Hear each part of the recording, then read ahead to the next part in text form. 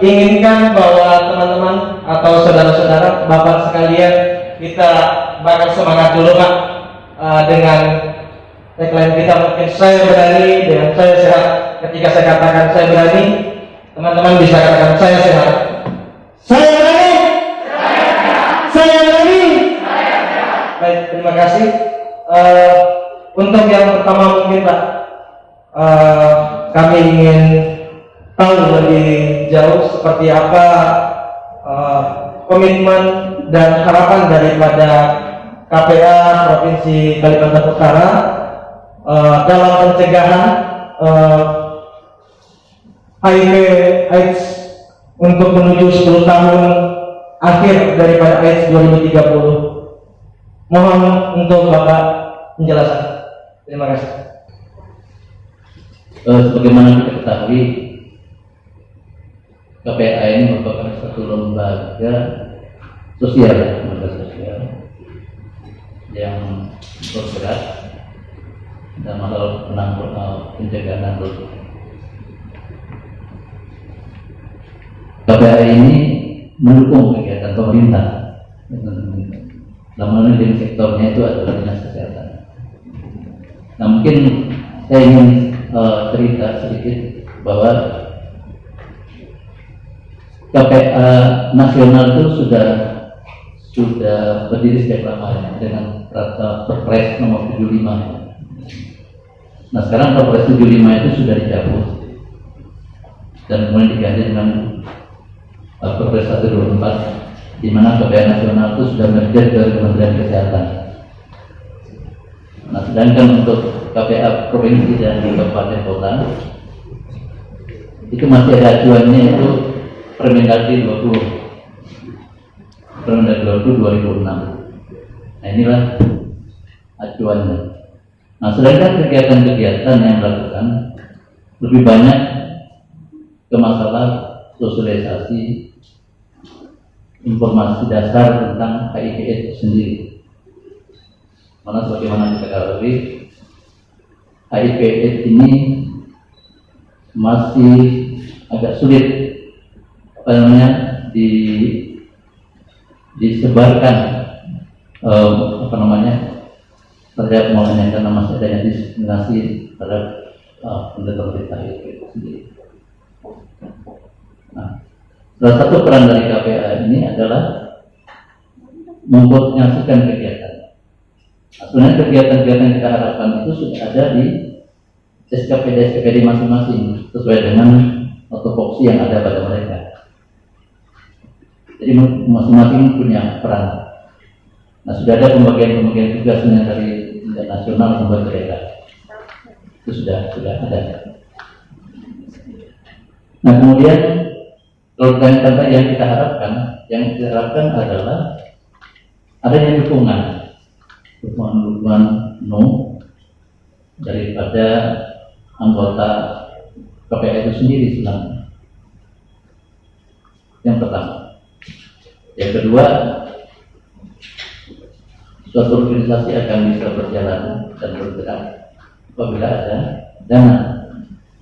Nah, selama ini KPA itu bisa masuk jalan dengan baik karena masih ada dukungan dana dari Global Fund yang sejak 2016 sudah tidak ada lagi untuk KPA nasional sudah tidak ada. Yang kita harapkan kemudian nanti dengan pertemuan ini tinggal dari dinas memberikan masukan buat kita semua. Mungkin sementara itu Pak. Baik, terima kasih Bapak. Untuk pertanyaan dari kami dan masyarakat pada umumnya Pak, bahwa seperti apa Pak sejauh ini pelayanan kesehatan untuk para ODA kita di dinas? Apakah itu kemudian diberikan pelayanan maksimal atau mungkin masih ada kendala di lapangan yang masih terlihat oleh KPA Provinsi Kalimantan Utara sendiri? Terima kasih. Mengenai pelayanan itu pelayanan dasar ada yang ke puskesmas ya, puskesmas kita di sini punya prinsip, punya pelayanan khusus penderita suntik. Kemudian di rumah sakit ya, terus di Bulungan rumah sakit itu ada, kemudian mungkin di Tarakan juga ada. Jadi sebenarnya kendala dari segi aspek pelayanan itu sejauh ini masih tidak temukan ya, tidak temukan. Sebab yang sering muncul itu justru rasa jenuh ya, rasa jenuh dari penderita itu sendiri untuk mendatangi kesehatan karena jauh mungkin karena apa gitu. Tapi kalau dari segi mekanisme pelayanan tetap jalan sebagaimana mestinya, dan mereka ini mendapatkan obat itu tidak tarik bayaran ya, itu tetap diberikan oleh pemerintah. Baik, terima kasih Bapak Sekretaris KPA Kalimantan Utara. Selanjutnya untuk Bapak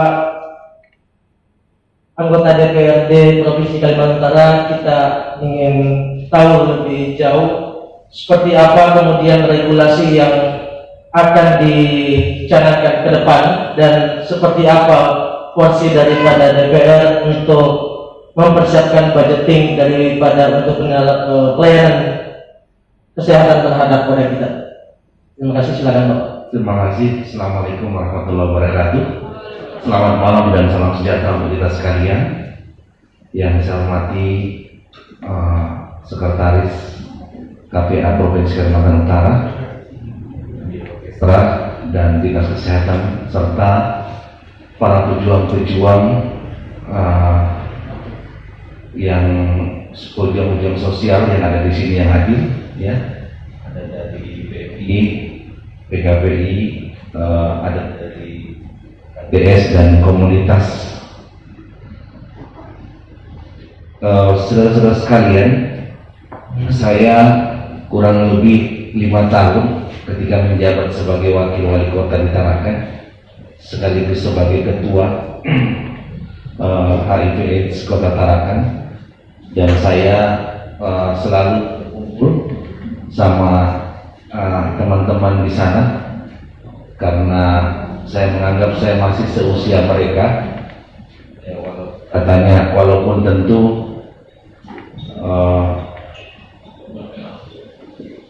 jadi kita sifatnya memang selalu berdiskusi, ya, dan saya juga langsung terjun berkaitan dengan bagaimana mengikuti perkembangan yang ada. Bapak dan saudara sekalian, tentu dengan pengalaman ini, kalau saya ditanya, tentu jangan pernah meragukan lagi berkaitan bagaimana berjuang, bagaimana menganggarkan. Saya selalu menyampaikan, saudara sekalian, kita ini sedang berinvestasi untuk jangka panjang, yang tentu kita tidak berkeinginan bahwa kondisi epidemi, kondisi geografis Indonesia yang kepulauan yang banyak lalu luas gitu ya, dan tingkat kita butuh yang berkaitan dengan promo, mengingatkan ini tidak boleh lelah, Bapak Ibu sekalian, saudara sekalian, ya, kita tidak boleh lelah, kita tidak boleh berhenti. Dan ini memang benar dikatakan tadi oleh Sekretaris KPA bahwa kita bergerak, tapi sebagaimanapun bergerak, semua akan terbatas ketika penganggaran tidak ada. Dan kita ini dapat dua hal, ya. Di satu sisi menjalankan kegiatan yang ada, jadikan juga sebagai ladang pahala, ya, sehingga benar-benar berikan pelayanan terbaik. Kalau kita paham bagaimana memperlakukan Oda, bahwa jangan sampai ada sekat dengan mereka, bahwa sesungguhnya tidak segampang pikiran orang menular seperti apa, ya, makanya dikatakan mereka tidak boleh dikucilkan, ya, kita tetap seperti biasa terhadap mereka. Tetapi tentu di beberapa dan banyak masyarakat itu tidak potensinya berbeda dengan tentu kita yang paham saudara sekalian.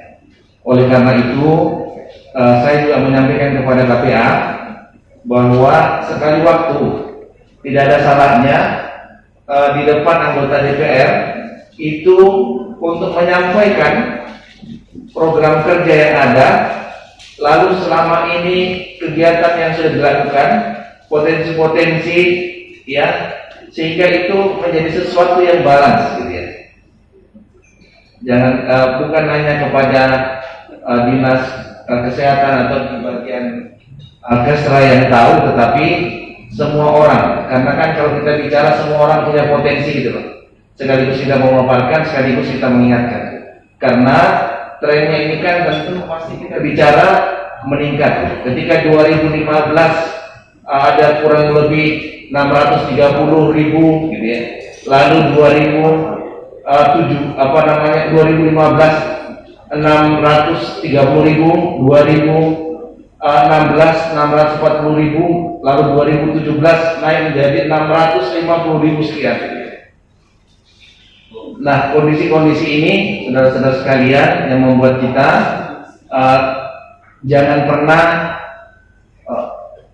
sampai hanya pada ulang tahun 1 Desember baru kita ingat kembali ya. Kalau teman-teman memang yang bekerja di sekretariat itu terus melakukan itu gencar, tetapi yang kita khawatirkan bahwa dinas-dinas terkait yang menjadi mitra-mitra kita ini lalu pada waktu-waktu tertentu saja dia mengingat, sehingga saya menyarankan bahwa tentu promo-promo ini untuk terus disebarkan, untuk terus diingatkan ya, tidak ada salahnya.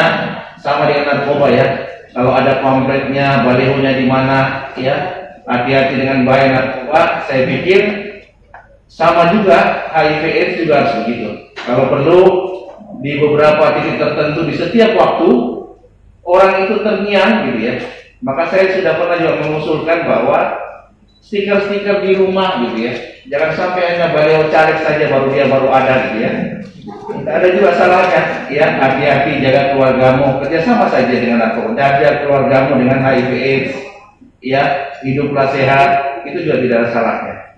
Bagian dari promo mengingatkan tentang generasi kita, masyarakat kita.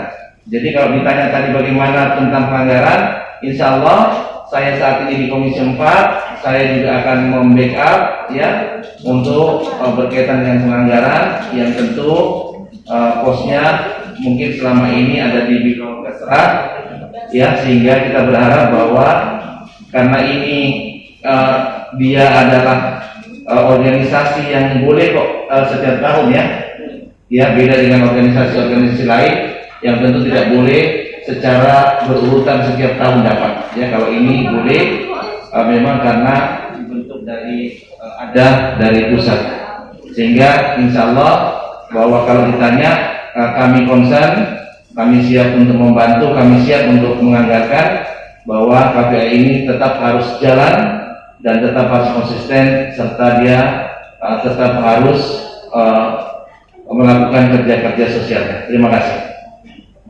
Baik, terima kasih Bapak anggota DPRD Provinsi Kalimantan Utara. Kita berikan aplaus dulu untuk Bapak yang kita yang telah bersedia untuk membackup porsi penganggaran budgeting kita. Untuk selanjutnya kepada Bapak dari perwakilan Dinas Kesehatan Kalimantan Utara, Bapak Agus Suwandi.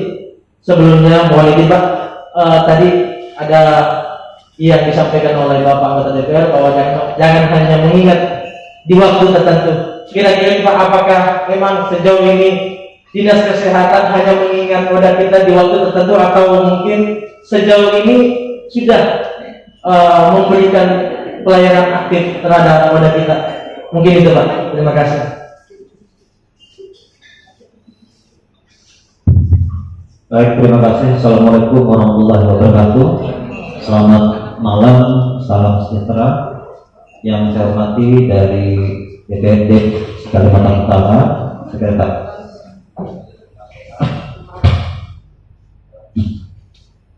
Bupati Kiro Terserah serta teman-teman kami semuanya yang hadir di sini.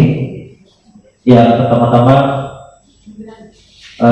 kami ucapkan terima kasih kepada KPA yang menginisiasi kegiatan diskusi pada malam ini.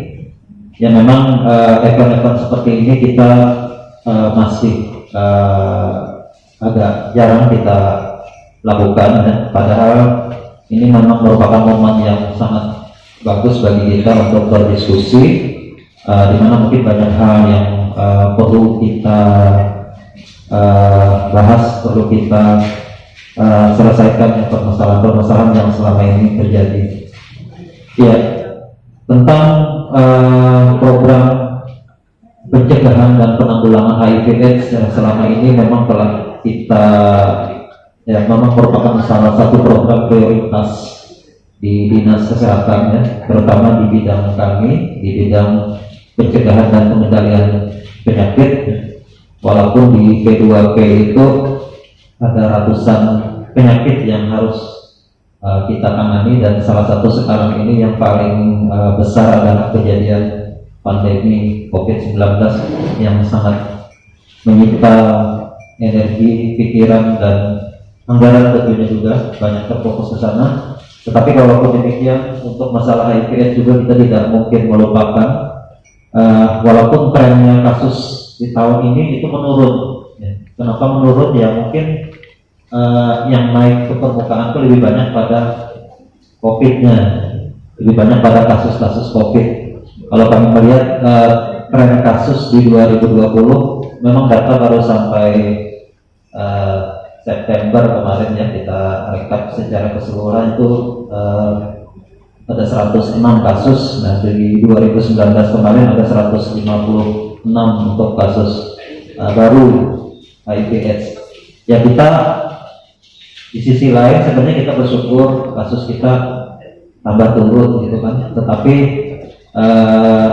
kita juga punya target penemuan sebenarnya. Nah, kalau dari ukuran target penemuan berarti kita mengalami penurunan dalam hal penemuan kasus. Dan ini yang kita khawatirkan, ini kan seperti fenomena gunung es, ya, ketika di atas permukaan itu kelihatannya sedikit, tetapi ternyata banyak terjadi penularan yang belum ditemukan.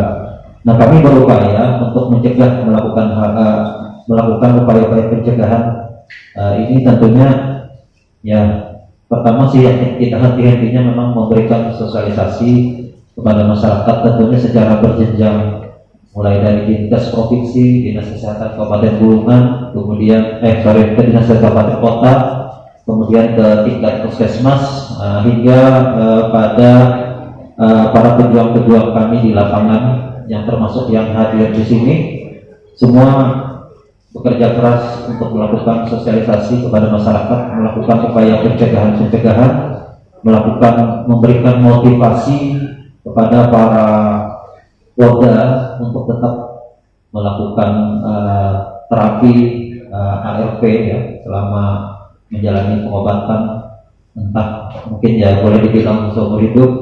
Jadi hal-hal yang seperti ini memang yang terus-menerus kita lakukan, dan sama kami juga berharap agar kita tidak bosan-bosannya, tidak henti-hentinya melakukan ini, karena ini kegiatan kemanusiaan demi menolong orang-orang di sekitar kita, sehingga kasus HIV ini bisa kita tekan seminimal mungkin. Kita punya target endingnya memang di 2030. Waktu 10 tahun itu sebenarnya tidak terasa, ya. Tidak terasa, ini aja sudah mulai masuk 2021, tidak terasa. Sementara memang permasalahan kita memang masih cukup besar. Target kita masih agak sulit untuk mencapainya. Cita-cita untuk 3-0 itu memang masih cukup berat, gitu kan.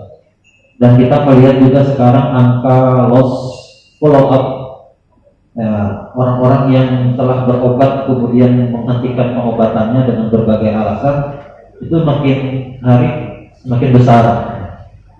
Nah, ini sesuatu yang mengkhawatirkan bagi kita. Karena itu kita sangat perlu dukungan dan motivasi dari support juga dari teman-teman ini ya, teman-teman yang hadir di sini atau yang di luar sana yang bersedia membantu kita. Bagaimana kita merangkul kembali mereka-mereka yang telah menghilang ya, dalam kata asalnya begitu, menghilangkan diri dari daftar orang yang semestinya menerima pengobatan secara rutin. Dan kami juga berterima kasih kepada DPRD atas dukungannya, dan kedepannya kita memang tetap berharap anggaran untuk penanggulangan AIDS ini bisa terus tersedia di pemerintah provinsi Kalimantan Utara. Kami menyadari memang tadi saya sebutkan Pak, dengan banyaknya jenis penyakit di kami itu kan ada penyakit menular, penyakit tidak menular, kemudian imunisasi, kesehatan jiwa, kesehatan haji, dan lain-lain. Nah, penyakit menular itu saja sudah ada berapa puluh, ada TBC, ada HIV AIDS, ada ISPA, ada banyak sekali penyakit menular-menular, yang apalagi yang timbul yang baru-baru lagi itu membebani kita. Kemudian yang tidak menular ada kanker, ada hipertensi, ada diabetes dan lain-lain. Ditambah lagi ada kesehatan jiwa, kesehatan haji dan lain-lain di bidang kami, kesehatan mata.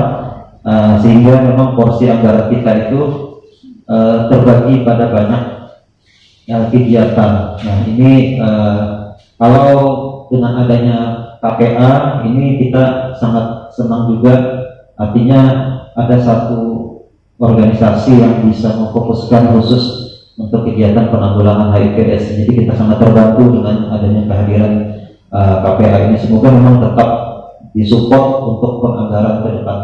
Mungkin sementara itu dulu Mas. Terima kasih. Baik, terima kasih Bapak Agus Suwandi atas pemaparannya. Teman-teman sekalian, hal yang paling kita tunggu untuk pemaparannya adalah Bapak Haji Slamet Riyadi dari Kabag Bina Mesra, yang demi keberlangsungan memperkuat kolaborasi itu penganggaran yang terpenting teman-teman, sehingga program-program dari KPA sendiri bisa berjalan maksimal. Untuk pertanyaan kepada Bapak Haji Slamet Riyadi, bahwa sejauh mana nih Pak realisasi kita daripada dana hibah terhadap KPA kita, kemudian ke depan seperti apa yang inovasi yang perlu dilakukan KPA sehingga dana hibah itu kemudian dapat diserap dengan maksimal Pak di layanan kita. Terima kasih, silakan Pak. Assalamualaikum warahmatullahi wabarakatuh. Selamat malam dan salam sejahtera buat kita semua. Yang kami hormati DPRD, anggota DPRD Provinsi Kalimantan Utara dari Komisi 4. Yang kami hormati Sekretaris KPA Provinsi Kalimantan Utara. Yang kami hormati KBP 2P pada Dinas Kesehatan Provinsi Kalimantan Utara. Bapak-bapak, ibu-ibu hadirin peserta diskusi publik kita pada malam hari ini. Jadi mohon izin Pak, untuk KPA secara regulasi mungkin sudah disampaikan oleh Pak Haji Mahmud, bahwasanya KPA itu walaupun di pusat sudah merger atau bergabung di Kementerian Kesehatan, tetapi di daerah kita masih ada poin hukumnya, yaitu Permendagri nomor 20 tahun 2006. Seperti kata Pak Idin, kata Pak Haji Arif tadi, bahwasanya KPA ini adalah salah satu organisasi yang kami boleh bilang ini adalah organisasi plat merah. Kenapa kami bilang plat merah? Ya karena organisasi ini terbentuk karena ada aturan di atasnya, ada undang-undangnya, ada Permendagri, sehingga KPA ini setiap tahun mendapatkan dana bantuan dari pemerintah Provinsi Kalimantan Utara. Pada kesempatan ini kami juga terima kasih Pak Haji Arif, mohon dukungannya juga Pak untuk tahun 2021 kita ini, sehingga KPA ini mungkin bisa lebih berinovasi. Terus terang dana yang dapat tahun ini juga sangat-sangat terbatas Pak, sehingga mungkin ya KPA ini juga geraknya ini agak ya dibilang lega juga, ya enggak juga dibilang ya sedang-sedang gitulah. Jadi ya pada kesempatan apalagi kita untuk proses tahun 2021 masih proses Pak. Mohon izin mungkin putra Bapak juga di Komisi 4 terkait juga dengan bidang kesehatan, pada kesempatan mohon bantuannya Pak. Jadi untuk hibah kami di Biro Kesra ini adalah membackup terkait juga dengan masalah administrasi pencairan dana hibahnya. Alhamdulillah sejak tahun 2016 ya, 16 kalau saya masuk di provinsi tahun 2017 sampai sekarang KPA ini dapat dana hibah terus dari pemerintah Provinsi Kalimantan Utara. Mohon aplausnya dulu kita buat semua. Jadi alhamdulillah untuk selama ini KPA bisa berjalan sampai dengan tahun 2020 ini. Pada kesempatan ini karena juga ada erat kaitannya dengan DPRD terkait dengan masalah legislasi anggaran, mohon izin Pak, mohon dibantu juga KPA-nya sehingga mungkin anggarannya bisa ditambah, ya kan? Karena ya jangan hanya mohon izin Pak, jangan hanya COVID tadi kita mikir nih, ini KPA ada juga nih, ini juga diam-diam mematikan ini, kan kita tidak tahu siapa-siapanya kan? Ini juga kalau maaf kalau orang tahu dia dalam kutip poda, pasti orang menjauh juga sampai dengan COVID kan. Kalau dia tahu itu positif, orang menjauh juga. Jadi ya ini ya sama-sama lah, mohon bantuannya juga. KPA ini juga bisa, kami di Biro Kesra hanya support terkait dengan administrasi dan sebagainya, karena kami di Biro Kesra terkait kegiatan yang unsur staf saja. Tapi insya Allah selama ini juga dari KPA juga bisa diskusi dengan kami, sehingga kendala-kendala yang dihadapi alhamdulillah bisa kita atasi juga dengan terkait dengan peran serta dari Dinas Kesehatan. Alhamdulillah KPA, Dinas Kesehatan, Biro Kesra ini sering diskusi Pak. Kita tidak sedang formal saja. Kita kalau misalnya ada hal tertentu kita via WA, via phone dan sebagainya.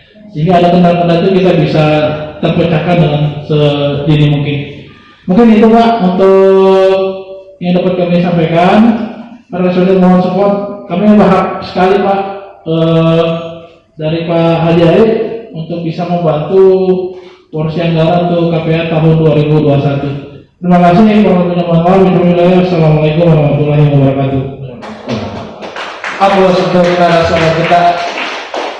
Dari keempat narasumber kita, teman-teman, sejatinya saya ingin sekali melemparkan pertanyaan itu ke terus-terusan Pak. Rasa ingin bertanya terhadap komitmen kita ke depan itu seperti apa selalu sebenarnya kuat sekali Pak dari diri saya. Tetapi untuk pada kesempatan ini memang yang diharapkan adalah kegelisahan di dalam hati teman-teman untuk bertanya kepada para narasumber kita yang memiliki kewenangan yang sangat besar untuk pelayanan kesehatan kita ke depan. Mungkin ada yang ingin bertanya, teman-teman? Baik.